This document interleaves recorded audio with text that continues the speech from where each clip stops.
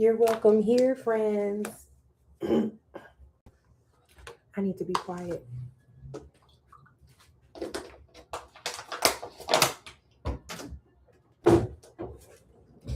So I'm going to try to be quiet because if he finds out that I'm recording, he's going to want to be in on this. So listen, even though he can't quite be in on it, I am doing yarn braids. Yarn braids.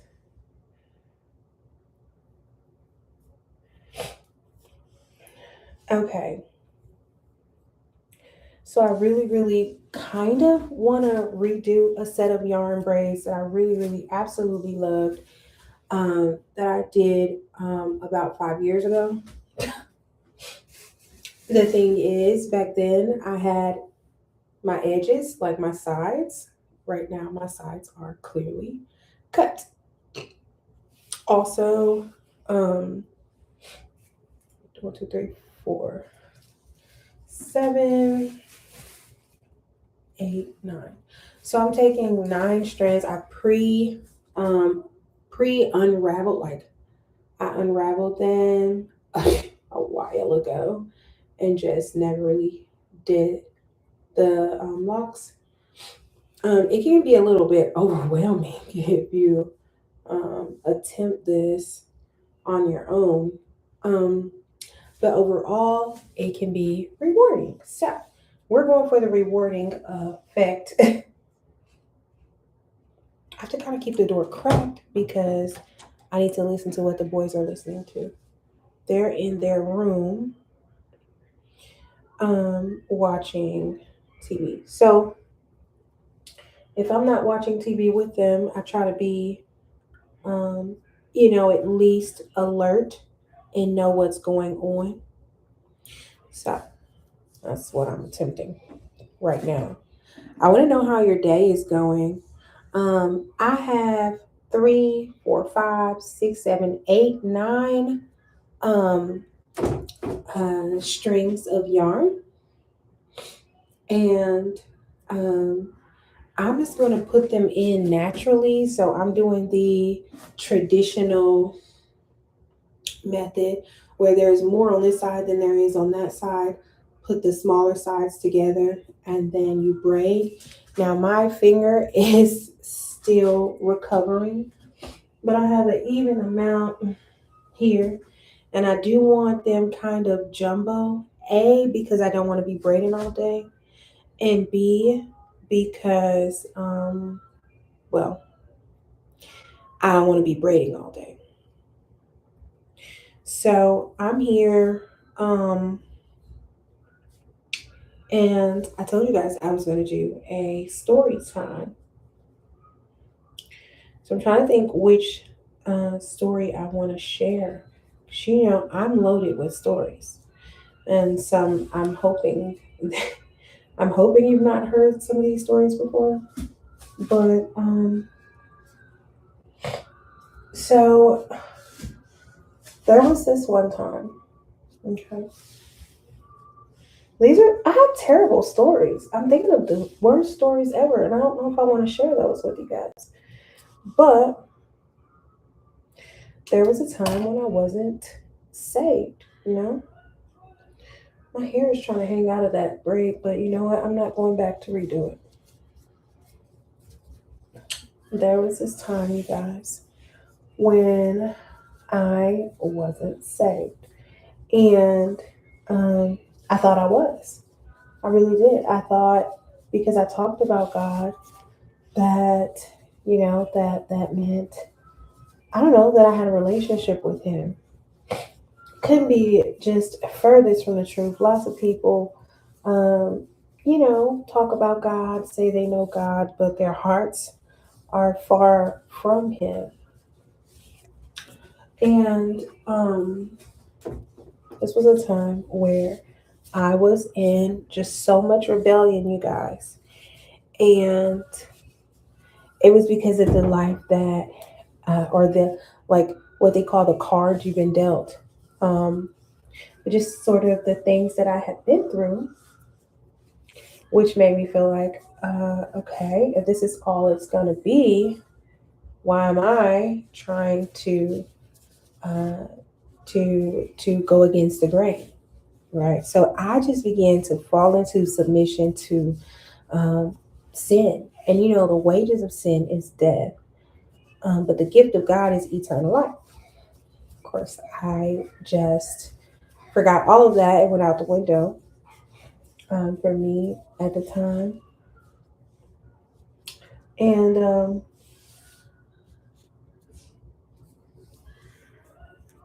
and y'all, I was just doing everything, anything, and everything. When I say anything, maybe not anything. I wasn't doing anything, but I was just doing everything. I was just partying, and I did it because I fell into that. Okay, so let me back up. So when I ran away from foster care, I ran away from foster care, and I was homeless for a time. I was staying with different people, friends that I knew from way back when, and just different things like that. And it was easy for me to adapt at that time because adapting was it meant survival. And so for me to not have much of a plan, the plan was to run away from foster care and enroll into college. And so that's what I did. I ran away. I moved to a different state from where I was in foster care. And I, at that point, was awarded the state. So they listed me as AWOL. And so I was kind of on a run, but I was just trying to really just better my future. And so, in the midst of me trying to petition for my rights, um, or to be emancipated, I was just, I don't know, I was just out there, y'all. I was out there. I was believing the lie that I was put on earth to be a walking mat, a doormat. And yeah, and I believed that lie, and and I just say like I began because I believed the lie. I began to just kind of mistreat my own self. I put myself in circumstances that I shouldn't have been in, right? Um, and so yeah, so I began going to parties and stuff because one of the people I ended up living with for a time, well, before I lived with them, she would invite me so okay, let me backtrack. So there's this young lady I met when I was staying with a different lady across the street from her. And that lady ended up, she was pretty much, long story short, money hungry. And she was just like, she basically flipped out on me when her deal with foster care didn't go as she had planned, meaning like she was losing money. And so when she realized that I was opting out of foster care state custody and assistance, I was opting out of post custody assistance, she no longer wanted nothing to do with me if I didn't have money to support myself. Now, granted, I was bringing in money because I had like these food stamps, because, at the time, the state was giving young people food stamps, who were in my circumstance, like being homeless and stuff. And so that was like $200 I was giving her, which is like bare minimum now. But at the time, it was something, especially because like I wasn't eating that much anyway. Um, and so I don't know. And plus, she doesn't have like her own children. She had foster children, but then they because of what happened where she like I guess whooped one of her foster kids. She ended up on probation or whatever. I don't know. Her license got taken from her, whatever it was. Okay. So then she kind of took it out on me and she was like, you can no longer stay here for free. And I was like, I had only been there for like 2 to 3 weeks anyway before all of this happened. And I was going through like applying for different schools, different colleges. And like I said, she flipped the script. Well, in that time, I had gotten to know the people who lived across the street, and and to the glory of God, like they were interested in me, like they were just like, they're interested in my story and like how, I was, I don't know, alone and abandoned and foster child and homeless and like all this stuff, and um, the mom of that household ended up being a real confidant for me and a special and a safe place for me. So okay, so the woman I was staying with who lived across the street from them, she basically was telling me I got to go, and she took me down to this children's shelter, literally like a teen shelter. And she was like, we walked around together, da da da. And then at the end, she got in her car as if she was getting ready to leave me. And I was like, wait, my stuff is at your house. Like, so crazy. And it's not like I did anything to her. I'm who I've always been for the most part, just a little bit more smarter. But like I was sweet to her, I was kind to her, I was respectful. I just didn't have anything. I just didn't have any money to give her. And so I jumped in her car while she was like trying to pull off and leave me. It's so crazy. I just remember that desperation. Okay. And um, it was so crazy. And so I got back to her house and I was calling my cousin. I'm trying so hard not to use people's names, you guys. But I got back to her house and I was like calling my cousin, one of my cousins, and I was like, hey, can I come stay with you? And she was just like, no, I don't have enough space. And back in the day when my mom was alive, she and her children lived with us, regardless of the space that we had. And so I was calling around trying to figure out what I was going to do. What was I going to do? What was I going to do? And that is when I called my cousin back.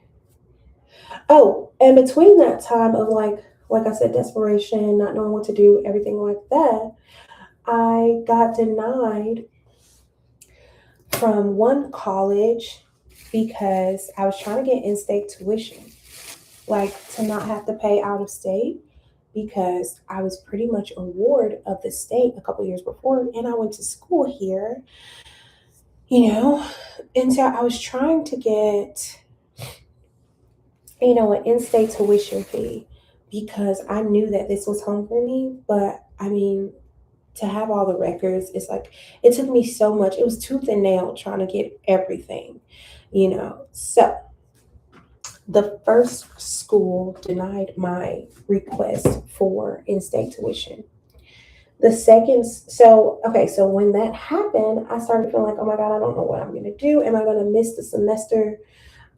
It was getting closer and closer to like admissions time and things like that. And so that is when, yeah. So that is when I applied. Oh, the girl who lived across the street, she was like, you should try. She said you should try the school that she was going to go to, which was a community college, which was perfect for me because I did not qualify for, a university at the time. So I applied for this community college, and God's favor and mercy was just upon my life, literally, literally. And so the woman goes like, "Oh, in order to qualify for in-state tuition, you need to just have someone say that you work full time in the state, and all they got to do is sign off on it. Wink, wink. And so my mentor, she's like, well, Ariel, can I hire you pretty much? And I'm like, yeah. And so we fill it all out. She says I work for her. And then she puts me on an assignment to go clean an elderly lady's house, which, like, I already did. And so it worked out. And I was able to get in state tuition. So now that I knew that I had a school to go to, I had to make arrangements. So as to like how I would get there, because I was living in one town, but the school was in another town, maybe like 25 minutes away. And so like 15, 20, 25 minutes. Hi, Kylo. How you? Hi, sweetie. What you doing? Go get the phone. Go get the phone. Go get it. And so, y'all, this is not. It's making me feel something, y'all. It's making me feel something. Usually, I do them like super long, like down to my waist, but I don't know about that right now. If I end up extending it, I end up extending it. But right now, we're just gonna get these things in here. I really just need to be able to pin it up. Um, and I really just need something on my head, y'all, because my hair is kind of choppy. It's kind of, it's kind of boy cut. And I'm growing out my undercut. So yeah, just need a little something for now till I can chop off the um the perm, because I no longer want a perm. I don't want a perm anymore, you guys. I don't think it's for me. I mean, it's fun. It was cute, but excuse me. Hi. Your phone? Okay. Oh, you need to plug this up. Huh? Yeah. Daddy, mommy. You want to sit with me? Yeah. Okay. You can sit with mommy? Yeah. Yeah. So my Kylo is going to sit here with me. So you have to sit down. Here. Here, sit down. Here. So I'm gonna let Kylo look at the phone for a while. Here you go. Good job. So where was I? Oh, you want to? No, you need to plug that back up. It's gonna go dead. The phone is going to go dead. You better listen to me. Here, sit down.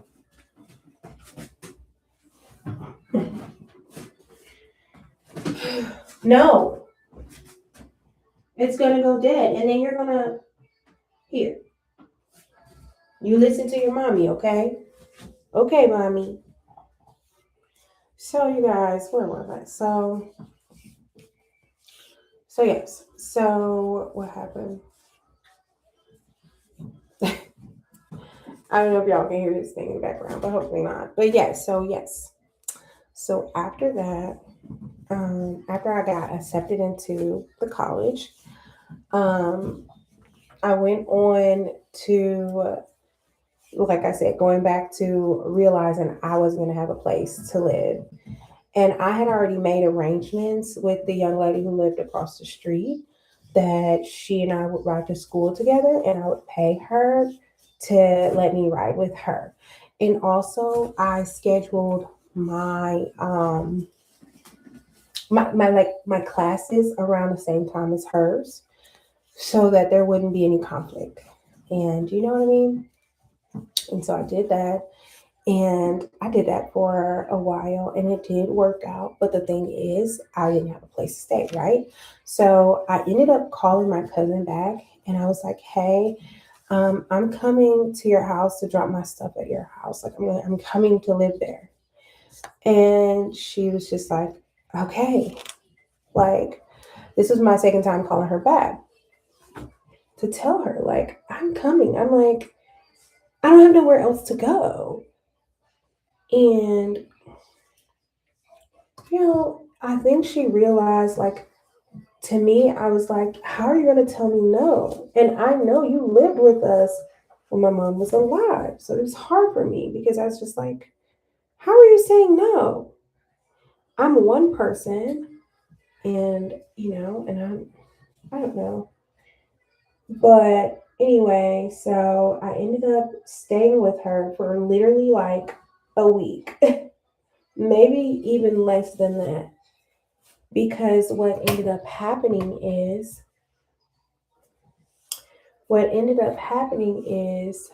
my the girl that I had met who lived across from the lady I was staying with, if you guys are still following, she would be like, hey Ari, um, do you want to go to the club? She would be like, you want to go to the club? No, it started out like, will you go to the club with me? Because if you go, my parents won't ask too many questions.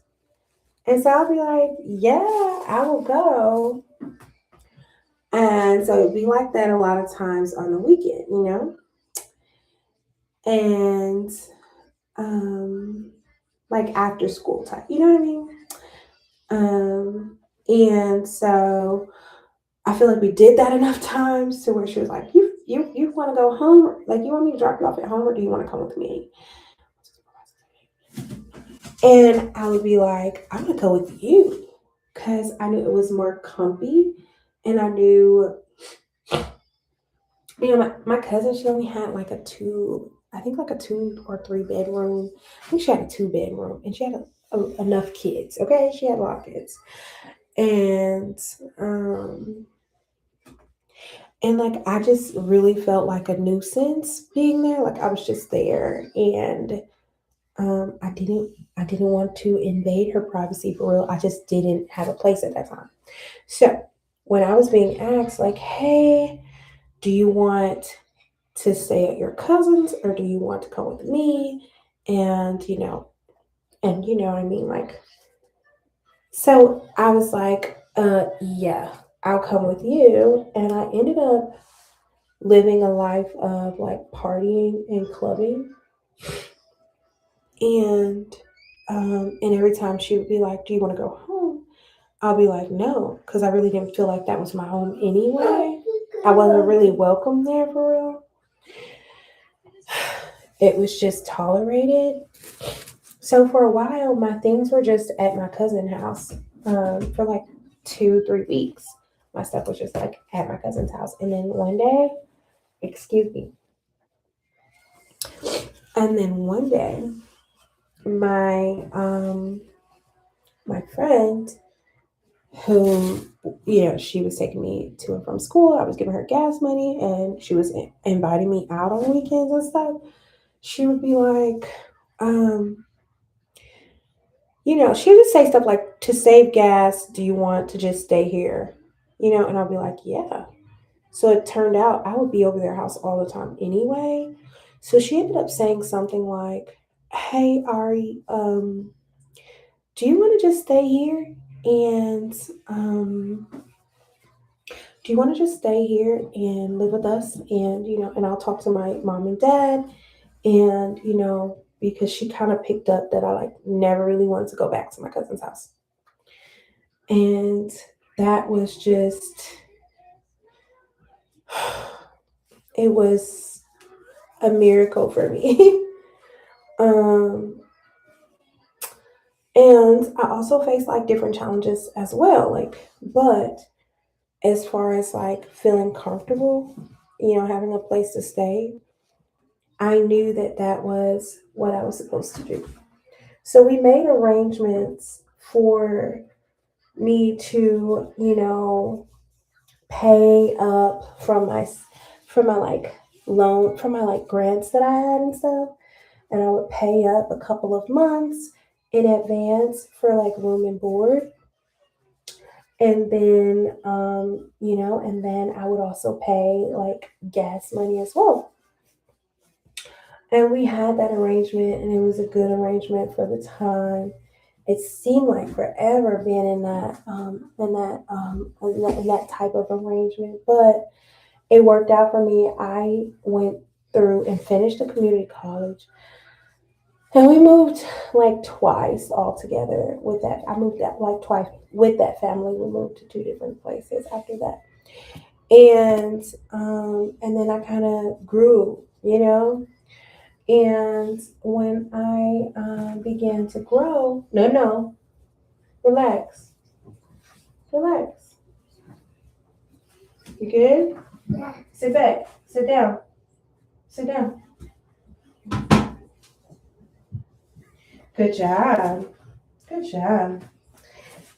And so, like, as I continued growing, um, I ended up going to the university. And that was a different type of challenge, a big difference. But I knew I had what it take. I knew I had what it took to be successful. No, no, you stay with mommy. Here, let me see what your battery is on. Let me see. Okay, you're good. Go ahead.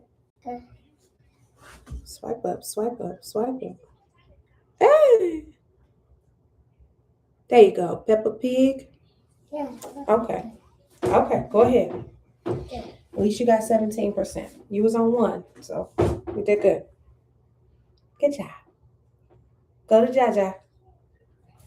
Hold on, y'all.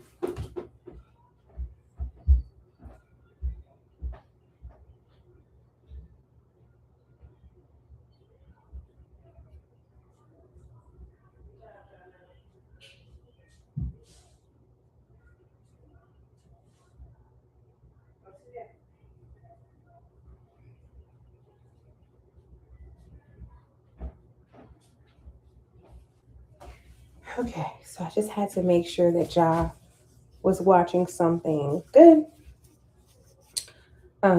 because the TV sounded lower than the reels did, sorry, the stories. So, okay. So, yeah, so we ended up making arrangements. I grew, we moved, blah, blah, blah. And then I ended up going to the university. And, oh, let me just say, you know, life was crazy because like I said, I was kind of living a nightlife as well. And I only started doing that because it was convenient for me to keep a place to stay. I had a place to stay as long as I did what the other girl did. And I want to believe that if I didn't, it would have been okay, but I can't honestly say because I really don't know. Like, she's a good person. Even now, she's a good person, but the truth is, I do not know. A lot of times, you know, and then I was taught when in Rome, do as the Romans. Terrible advice. Do not do what the Romans do. Pray for them. I don't know Roman people now, but I'm just saying, like, the saying goes. And so, I had made a choice around the time, actually before I went. So I made a choice. One, two. I want to say at the end of 2010, I went into a depression. It's so crazy. It's so crazy. But yeah, I was severely depressed in 2010. It was so crazy. And And I had made a very conscious decision that I did not want to have relations with anyone. You know? Yes, Kylo. Yes. What do you need?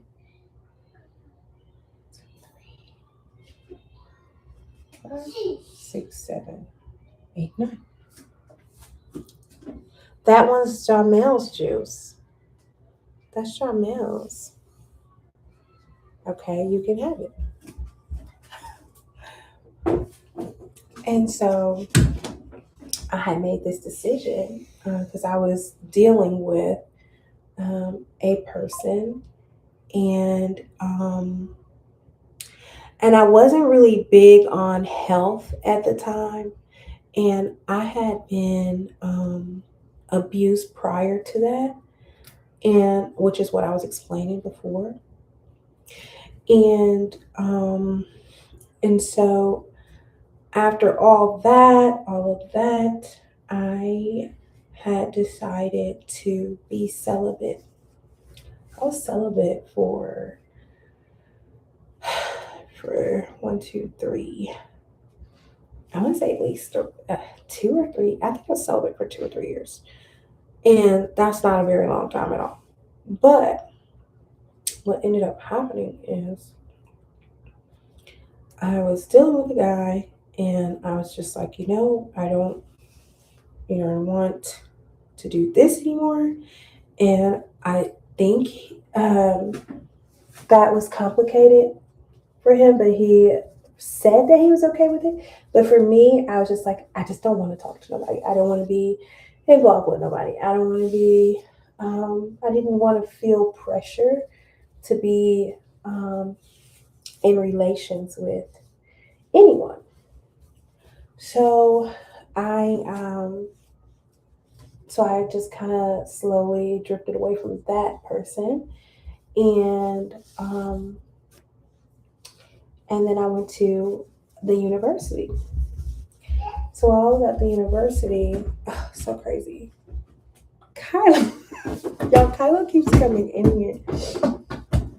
So while I was at the university, unexpectedly, things just changed. It's so crazy how you can be just doing something you think is fun, or somebody's convinced you that this is what people do. This is what you should do. And and then you make a mistake, and you think that you're taking the easier route, or like sipping or smoking, or whatever, and you're thinking like this would be the lesser of the two, um, whatever you think. Like, I was thinking at the time, I was very dumb at that time in my life, but I was thinking like, this is better than going all in and doing all the craziest things that I can think of. Okay. And but the smallest thing ended up leading into bigger things, and I deeply, deeply, deeply regretted it. Um, and so that started another spiral. It was like a trigger for me. It was like a trigger, and I don't know if it's called trigger or like a ricochet, but it's like one thing happened after another thing happened after another thing happened after another thing happened, and I was in college and I was kind of miserable.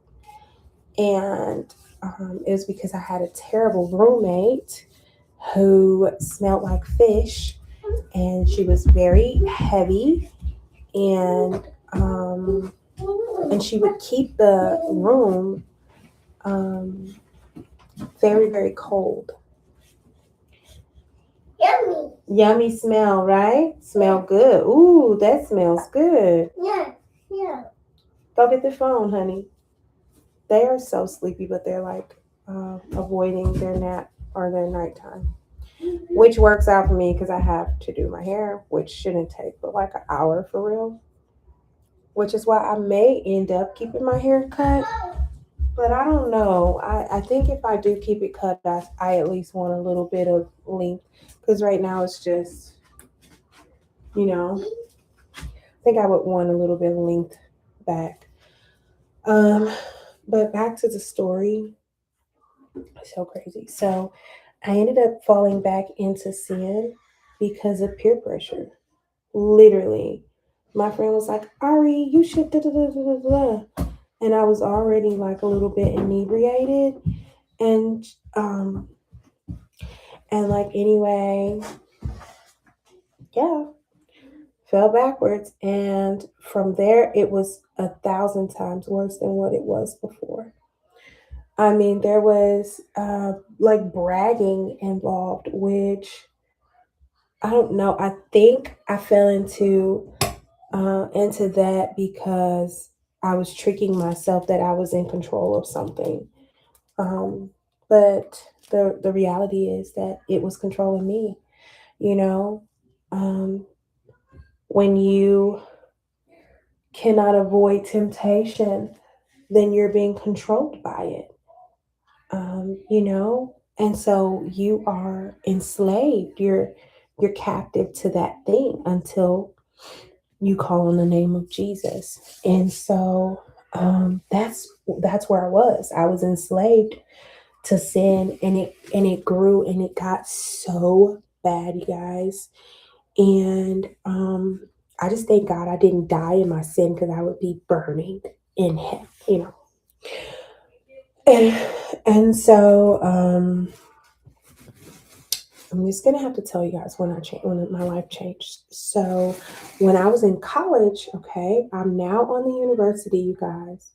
I'm now at the university, and I have people all on campus. It's so crazy. My campus at the time, okay, so 1, 2, 3, 4, 5, 6, 7, and the campus was filled with a bunch of like biblical people, like Christians were everywhere. Everybody was going to church. It was just such a different time than what it is now. Like now if you go to school, like college, there are a lot of people who are like completely against Christ, right? There are people who are just activists for standing up against Christianity. It's so weird. But yeah. Hi friend. You're welcome here, friend. And I'm just telling like my testimony. How are you? And yeah, so when I was in college, there were people who were like, at the time, they really like, there would be buses all outside on Sunday waiting to take students to church. And so, yes, friend, you're welcome here, friend. And you're welcome here, friend.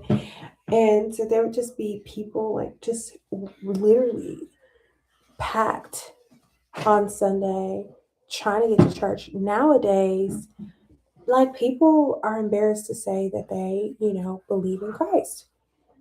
But at this time, there's so many people on campus, and they were always like, I don't want to say like Bible toting, but they were like trying to minister the gospel to you. And so at the time, there was this girl. It's so crazy. There was this girl, and I'm not dropping names, but I was in college. I think it's like my last year or so. I don't know.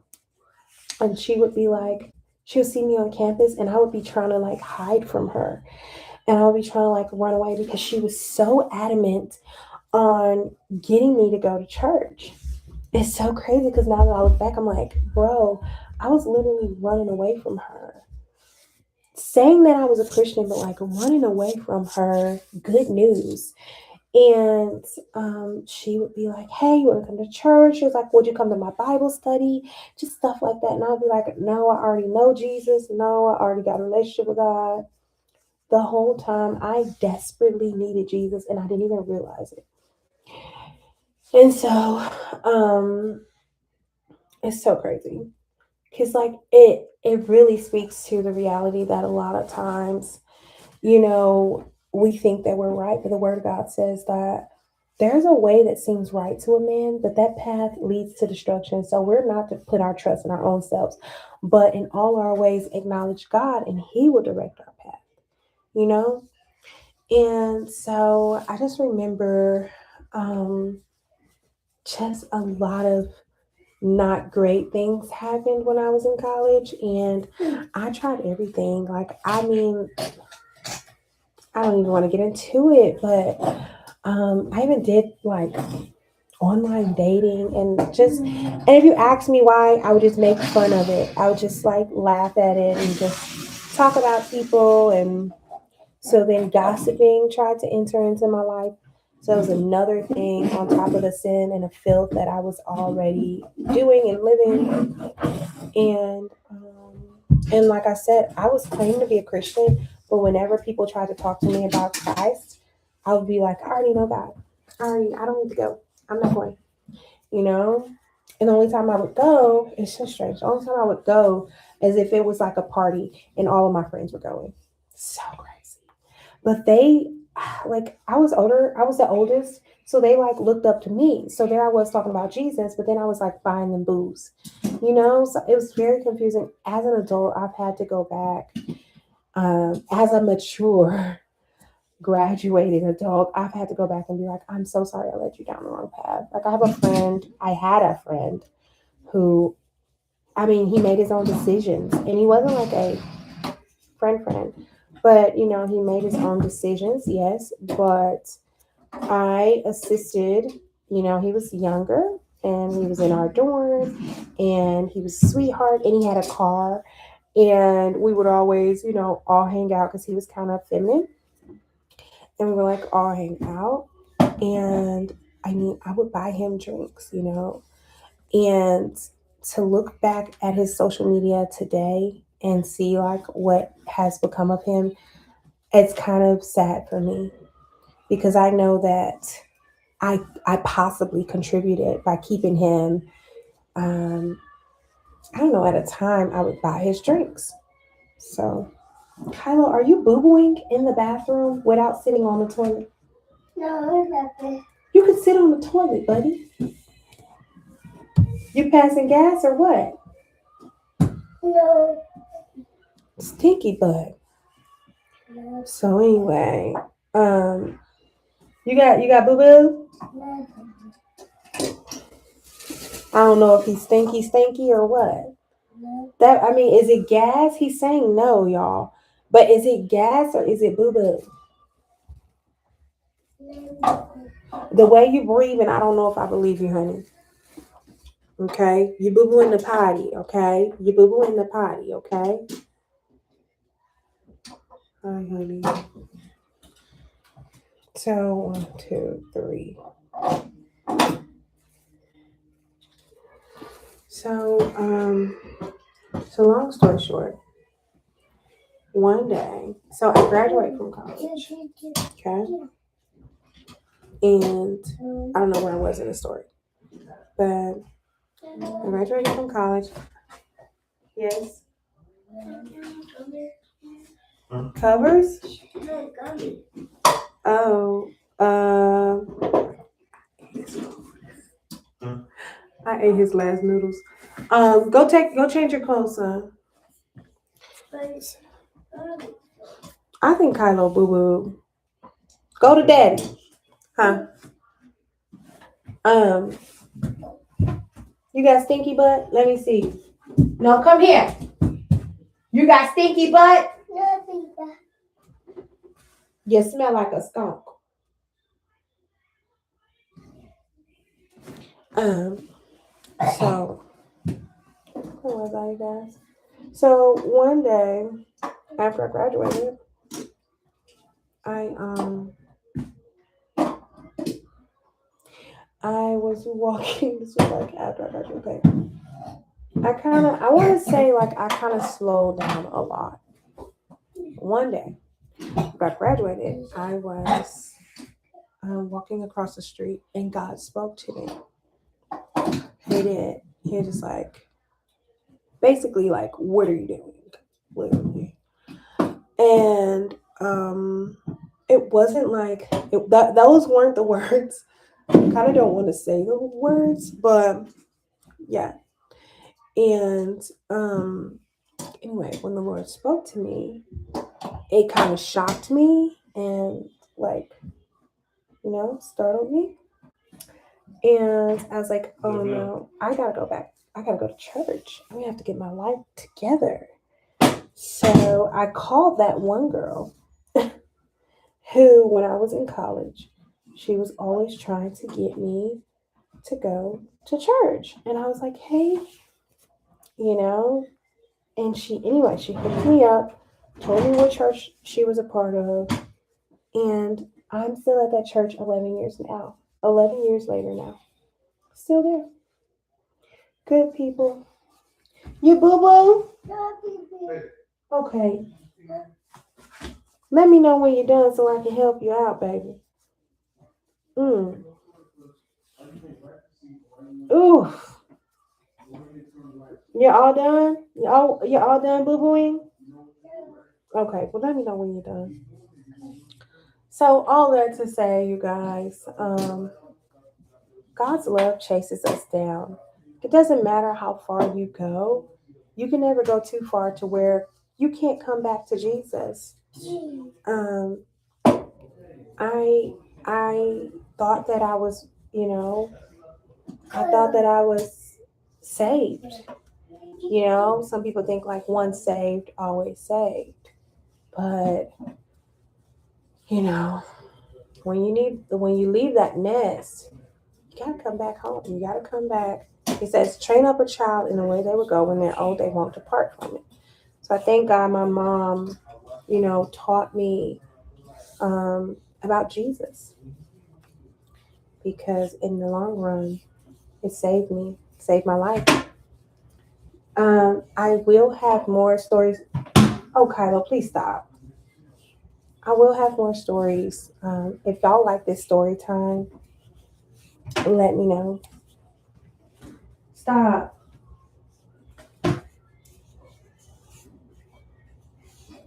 And I have more story time, you guys. So if this is something that you're interested in, stay tuned, and I'll be with you. I do have to get the boys to sleep now. I want to say I love you guys, and I hope you have a good evening. Thank you for watching, and have a good night. Peace. Let me see how I remember how to do this. Come back for the next video to see the finished look.